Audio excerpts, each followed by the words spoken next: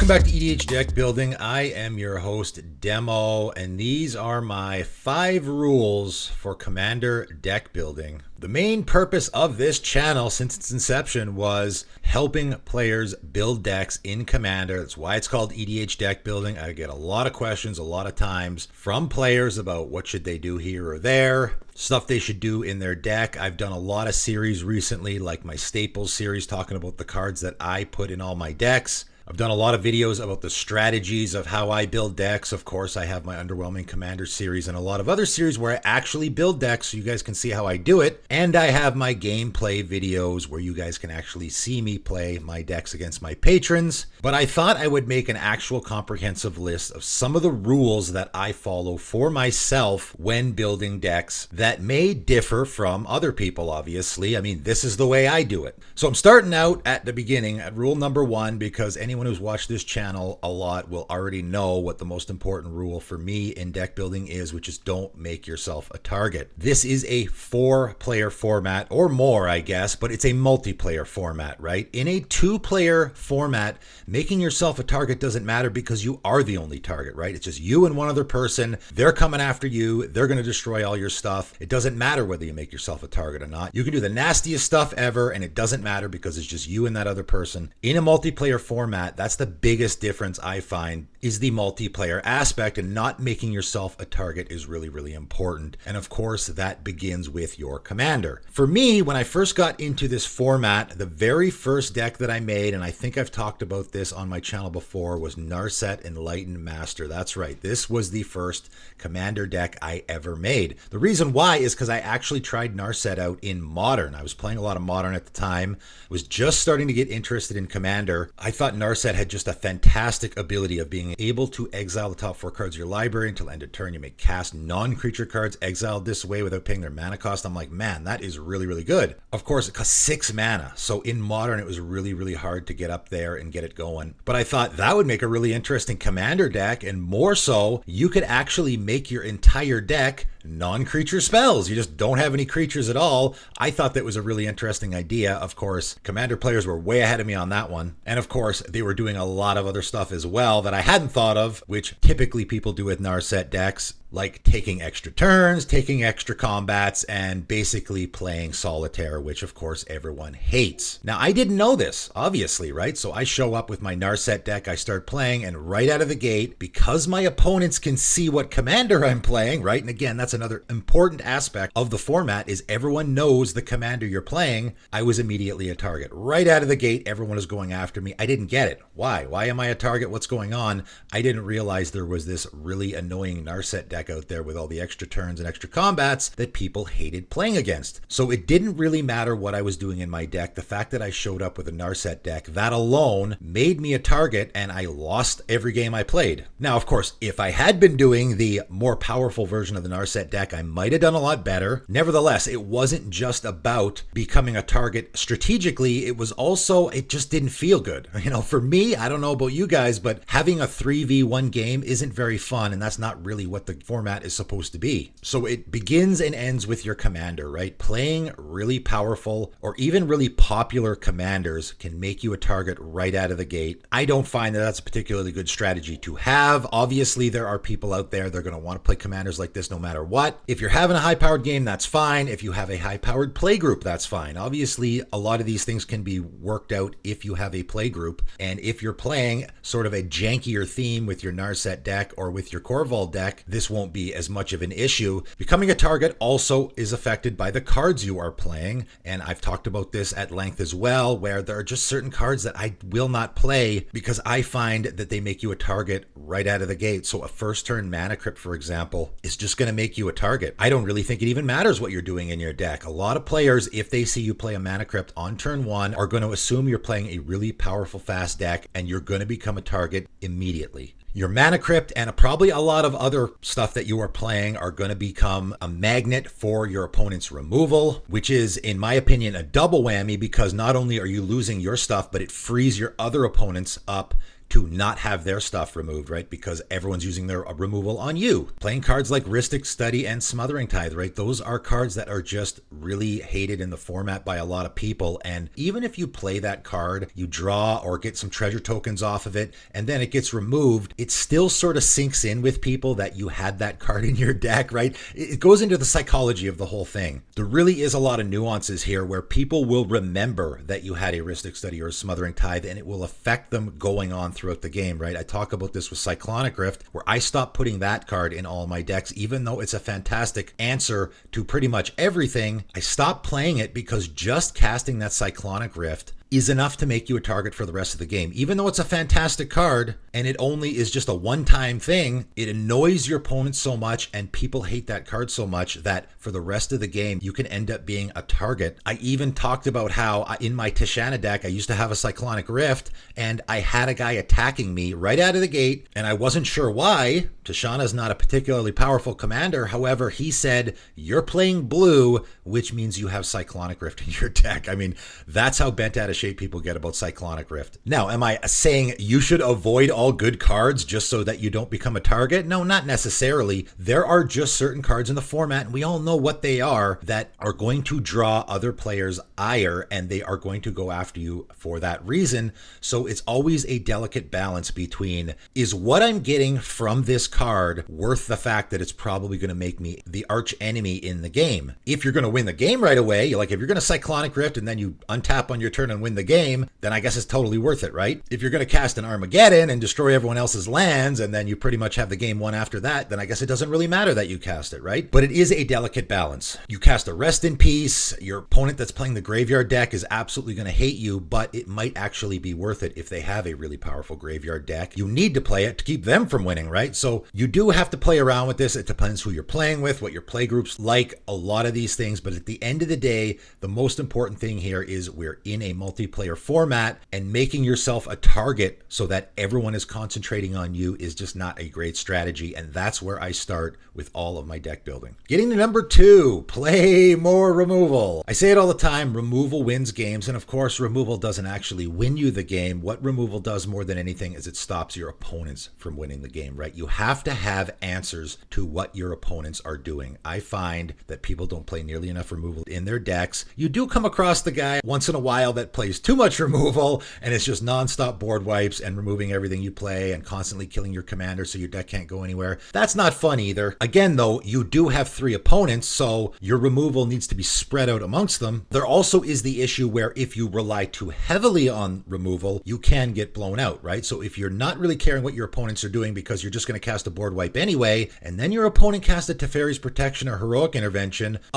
now your plan has been entirely screwed, and the I rely entirely on removal strategy is not going to work there, right? It's going to cost you the game. Again, it's a delicate balance. You do need to have answers for what your opponents are doing, and like I say all the time, I always love the removal that hits everything, like Generous Gift and Beast Within. Those are my 2 favorite removal spells in the format. Anguished Unmaking is also fantastic. Assassin's Trophy, right? Stuff that is going to hit everything because you never know what your opponents are doing. Is it going to be an enchantment that is screwing you? Is it going to be an artifact that is helping your opponent win the game? Do they have a land like a Glacial Chasm that is keeping you from doing them any damage? That can completely shut off a lot of decks, right? So being able to hit any target is really, really important when it comes to removal, and you gotta make sure you have enough. Doesn't matter what your deck is doing if your opponent can completely shut you down with an enchantment or a land that you can't get off the table. Actually had a guy comment on one of my videos recently that Feed the Swarm is not an auto-include for him in his black decks because it's just a not great removal spell, and if you're playing a mono black deck, you should concentrate on what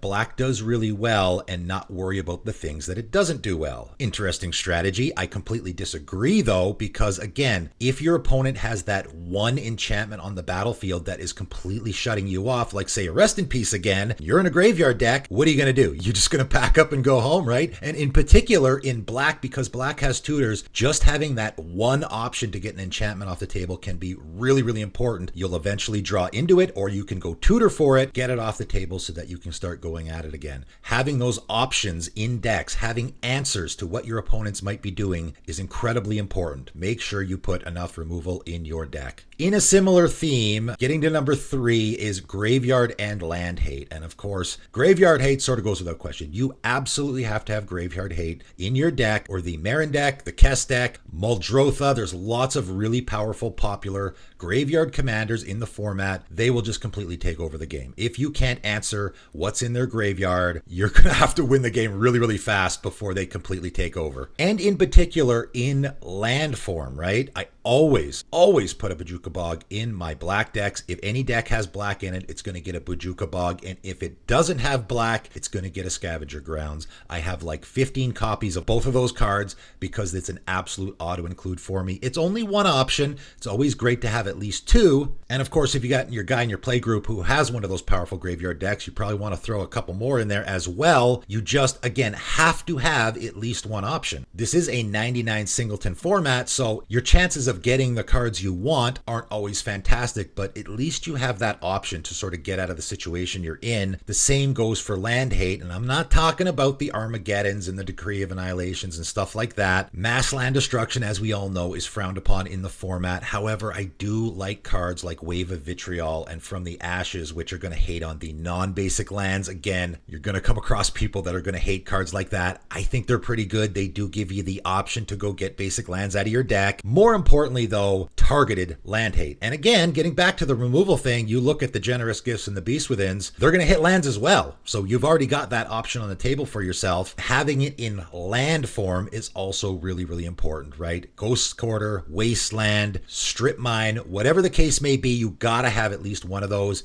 in a monocolored deck, because a monocolored deck will allow for more colorless land options. I always run 2 of those because, again, you might not get into it. Your opponent is going to have that Maze of Ith. They're going to have that Cabal Coffers. They're going to have that Gaia's Cradle. There's some really, really powerful lands in the format that will either, again, shut you down, stop you from what you're doing, or they will let your opponent completely take over the game if you can't get their land off the table. Having targeted land hate is incredibly important in a commander deck. You got to have at least 1 or 2 options in your commander decks. Getting to number 4, and this is the lands, all right? And I haven't really talked about specifically lands on my channel that much. I've had a lot of people ask me about putting lands in decks, and I make decks obviously on my channel. A lot of people say, hey, I don't think you have enough. Here's my rule for putting lands in decks, and I know people are going to disagree with it, but this is what I do and it works for me. 34 lands. That's what I put in a commander deck, unless it has green, and then I only put 33, right? And obviously green is fantastic at ramping, so you need less lands. 33 lands in a green deck, and in a non-green deck, I put 34. I never put more than 34. Sometimes I will add MDFC lands, and of course the MDFC lands are some spell or creature on the front, and then on the back are a land. I usually do a 2-for-1 there, so I have 2 MDFC lands for every 1 land that I take out. So if I add in that Balagid Recovery and that Kelney Ambush, that's 2 MDFC lands that I'm putting in. I will take out 1 actual land out of my deck. So now I'm down to 32 in a green deck. I know people will think that's crazy, but that's what I do, and it seems to work out for me. In a lands deck, that's obviously not the case, right? If you're playing a landfall deck, obviously you're going to want more than that. There's always going to be specific reasons why these rules won't apply, but I don't have a landfall deck, so all the decks that I make, that is the rule that I am following, and it works out for me. I just really don't like drawing lands off the top of my library later in the game. I know people want to make a land drop turn 4, turn 5. I've heard people say on turn 6, oh man, I didn't make a land drop this turn. I'm like, so you need to make a land drop on every single turn up to turn 6, or every single turn for the entire game? I don't think you do. For me, 6 mana is enough to cast probably my entire deck. Again, I don't like going really, really fast out of the gate with my decks. Getting back to rule 1, I find that just makes you a target. In a casual game, you can take it slow. And if 6 mana can cast everything or almost everything in your deck, then having 6 mana by like turn 6 or 7 should be pretty good. Again, you're going to have ramp, you're going to have mana rocks, and getting into that, I think people put too many mana rocks in their deck as well. In a green deck for me, and I've talked about this with my patrons a lot, when I'm doing my deck doctors, in a green deck, I put Arcane Signet and used to put a Soul Ring, but I don't play Soul Ring anymore. In my green decks, that's it. I don't think you should be putting any more mana rocks in your green decks, because ramping, like actual ramping, getting lands out of your deck and putting them into play is way better than mana rocks. Again, land destruction is frowned upon in the format, so having an actual land into play is always going to beat out having a mana rock, because mana rocks will just die to some removal, Bane of Progress, whatever your opponents might have that's just going to destroy all the mana rocks in play. Actual land ramp always trumps mana rocks for me, so in a green deck, because it does land ramp so well, and white's starting to get up there too, I'm always going to lean towards the land ramp over the mana rocks, so I'm going to put almost no mana rocks at all in my green decks. And even in non-green decks, I think people play mana rocks way too much. I mean, you're just taking space up in your deck, guys. Later in the game, drawing an Arcane Signet off the top of your library is essentially useless. You want gas, you want something that's going to do something, right? You want card draw, removal, or something that's going to help you win the game later on. You're not going to want an Arcane Signet. Putting all those mana rocks and lands in your deck is taking up space for something that could be very valuable for you later in the game, or even early in the game. Are you going to take a Swords to Plowshares or a Nature's Claim out of your deck to put in a mana rock? The mana rock's going to maybe help you get out of the gate a little faster, but those two spells are also really fantastic early in the game, right? Again, getting back to the removal thing, stopping what your opponents are doing is just as important as getting going whatever you're doing. So I would say overall, people put too much ramp and mana rocks in their deck, and probably too much lands as well. And getting to my last rule, number 5, is I'm going to call it versatility, or maybe don't be too obvious, okay? So as we all know, you're building around your commander, and it's probably likely your opponents are going to know what you're doing. However, if they don't know what you're doing, it can be a huge advantage for you, right? If you show up to a table and you have a very obvious commander, all your opponents are going to know what you're doing, and they're going to know how to shut down what you're doing very easily, right? If your opponents don't really know what you're doing in your deck, it's going to be difficult for them to react. It's going to be difficult for them to save that removal or counter spell because they don't know what you're going to do next. It's going to keep them guessing. That's a really important aspect of playing a multiplayer game again. And again, it plays into the whole underwhelming commander thing, where if I play a commander, I mean, I show up to tables and people have never even seen my commander before. They're like, what is that? How the heck could they possibly know what my deck is doing if they've never actually seen that commander before, right? If they've seen that commander 1,000 times before, they might know exactly what you're doing. Although, again, you can play that popular commander, but do something completely different. You don't have to be doing what everyone else is doing with that deck. So again, that will help you as well. If you really want to play those popular commanders, I think the best way to go about it is to play that commander, but with a completely different strategy so that your opponents don't know what to expect. Keeping your opponents guessing in this game is really important. So like I talked about in my last 10 deck ideas, right? You're playing that Atraxa deck, but you're not doing Super Friends. You're not doing Infect. You're actually doing a Voltron strategy. That would be an interesting strategy for an Atraxa deck, I think. Maybe you're playing that Feather the Redeem deck, but you're actually doing a Blink strategy, which I think works really well with Feather, by the way, because of course Blink spells are targeting your own creatures, so you get them back all the time. Everyone likes to do a Voltron strategy with Feather, but you can target your other creatures, right? Feather's ability works with all your creatures, not just with Feather. I think a Blink strategy is a really interesting one there. So even if you do want to play that really popular, powerful commander, you can do a different strategy that your opponents will not be expecting, and it will throw them for a loop, right? They won't know how to react necessarily. But also the versatility is really important here. And you know, again, this goes into how I build decks. I don't like to go all in on the one strategy. Just, I'm super focused. I'm doing one very specific thing. And if it doesn't work out, then I just sit here spinning my wheels and my deck doesn't do anything. If you're all in on that strategy and your opponents have figured out what you're doing, or they know what you're doing, it's going to be very easy for them to stop you from what you're doing, right? This plays into the commander thing as well. Yes, you should be building around your commander when you build a commander deck, but you should try to avoid what I call monolith commanders, okay? So those are commanders that you absolutely need them on the table in order for your deck to do anything. Because again, your opponents will very quickly figure out they can just kill your commander, and then you're just going to be sitting there doing nothing for the whole game because you need your commander in order to do anything. Talked about this with Obeka. Very interesting commander, no question. I played against an Obeka deck very early on when it first came out, and I knew my opponent was was going to need the Obeka in order for their deck to do anything. So as soon as it came out, I just killed it before they could use it. They had to wait a couple turns before they could play it again. And then I just killed it again. And guess what? They literally did nothing the entire game. I know that doesn't sound like fun. I'm such a meanie, I know. But I knew they were going to be doing some busted things with it, taking extra turns and that kind of stuff. And I knew that I could just kill their commander and their deck would do nothing, right? Yurlok, the Scorched Thrashed, I talked about. Again, this is a commander that a lot of people were excited about, fun, interesting. I knew it would fall off in popularity though. And the reason why is because it has the mana burn ability, and that ability literally exists on no other card but Yurlok. So you don't have any backups. At least with Obeka, you have a backup in Sundial the Infinite and some other stuff. With Yurlok, you have no backup. So if your Yurlok is not on the table, the deck does literal nothing. And a lot of people play sort of those huggy effects where you're giving your opponents extra mana. So all they have to do is just get your Yurlok off the table, and then essentially you're just playing a really bad hug deck, right? Not saying it's not a fun, interesting commander. It certainly is. The only problem is it is a monolith commander, and if your Yurlok isn't on the table, your deck is really going to struggle. So that is another thing to try to watch for when you're building your commander decks and the commanders that you are choosing. So that is it. That is all my 5 sort of essential rules for deck building in Commander. The stuff that I like to follow, giving some advice here for some new Commander players. I know it would have been nice to have something like this when I first started playing Commander. I essentially just watched a ton of games. That's how I started out. I would recommend that to people as well. If you're getting into the Commander format,